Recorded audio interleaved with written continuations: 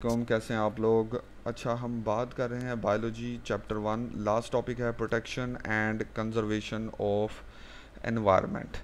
अब इसमें जो है ना वो टॉपिक स्टार्ट करता है कि इंडस्ट्रियलाइजेशन और उसका इफ़ेक्ट। इसको हम एक हेडिंग बना सकते हैं कि इंडस्ट्रियलाइजेशन का इफ़ेक्ट क्या है, या इम्पैक्ट ऑफ इंडस्ट्रियलाइजेशन। इंडस्ट्रियलाइजेशन का क्या इम्पैक्ट होता है। अच्छा, अब इसमें पॉइंट नंबर 1 है कि helped raise standards of living, के लिविंग के जो स्टैंडर्ड्स हैं वो इंक्रीज़ करने में हेल्प किया। But at the same time इसके जो एडवर्स इफ़ेक्ट्स हैं, ठीक है, वो भी हैं adverse effects. Right, for example number 1, industries होती हैं, इंडस्ट्रीज़ प्रोड्यूस वेस्ट्स, ठीक है, जिनको आप इफ्लुएंट्स भी कह सकते हैं, इंडस्ट्रियल इफ्लुएंट्स। अच्छा, अब वो किस किस फॉर्म में प्रोड्यूस करती हैं? वो गैस की फॉर्म में कर सकती हैं, वो सॉलिड की फॉर्म में कर सकती हैं, वो लिक्विड की फॉर्म में कर सकती हैं। हवा में उसको रिलीज़ कर सकती हैं, लैंड पे रिलीज़ कर सकती हैं, into air, into on the land, into rivers, lakes, etcetera. ठीक हो गया। अब ये बहुत ज़्यादा प्रॉब्लमेटिक है। फॉर एग्ज़ाम्पल वो कहता है जो हैवी मेटल्स हैं वो रिलीज़ की जा रही हैं, heavy metal released into environment, like एक इसको रेज कर देते हैं, like environment, like lead by automobile industry and chromium by tanneries. अच्छा, टैनरीज क्या है? ये चमड़े की इंडस्ट्रीज़ हैं। ऑटोमोबाइल यानी कि गाड़ियाँ वगैरह हैं, गाड़ियाँ जो है ना वो अक्सर हमारे यहाँ पे देखेंगे आपके लो क्वालिटी पेट्रोल जो है ना वो यूज़ करती हैं, और उसमें इंजन, उसकी वजह से इंजन में नॉकिंग ना हो, वो उसमें ना टेल या TML ऐड कर देते हैं। टेल क्या है? टेट्राइथाइल लेड है या टेट्रामिथाइल लेड है, उसमें लेड होता है, और जब वो लेड ऑक्साइड बनता है और हवा में जाता है तो वहाँ पे वो रिड्यूस होकर लेड बन जाता है। वो लेड जब आप एयर के साथ जो है ना वो ब्रीथ इन करेंगे तो that can cause cancer. Lead जो है वो हैवी मेटल है और वो कैंसर कॉज करती है। अच्छा, अब वो कहता है कि this problem needs to be addressed, this problem needs to be addressed. अच्छा जी, तो बायोलॉजी ने कैसे हेल्प किया है? Biology has helped in number 1 to attract attention of world community to these problems, इन प्रॉब्लम्स की तरफ अटेंशन जो है ना वो अट्रैक्ट करके। Number 2, to provide suitable solutions. For example यहाँ पे अब हमारे पास डेफिनेशन आ जाती है बायो रिमीडिएशन की। बायो रिमीडिएशन,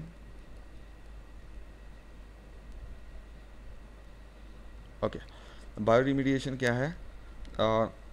रिमूवल या degradation of environmental pollutants by living organisms, that's called bioremediation। अच्छा, अब बायोरिमीडिएशन के अंदर उन्होंने यहाँ पर बायो एब्जॉर्प्शन की भी जिक्र की है या बायो इंडिकेटर की जिक्र किया है। बायो इंडिकेटर्स ये क्या है? organisms like lichens can indicate pollution of certain heavy metal in air, इसलिए हम इनको बायो इंडिकेटर कहते हैं। ये पोल्यूशन को, हैवी मेटल को एब्जॉर्ब कर सकते हैं, तो इनको बायो एब्जॉर्बर भी कह सकते हैं। ठीक हो गया। तो इस तरीके से ना बायोलॉजी ने हमारी यानी कि इस तरह से सॉल्यूशंस प्रोवाइड करने में हेल्प किया। उसके अलावा to save endangered species, save endangered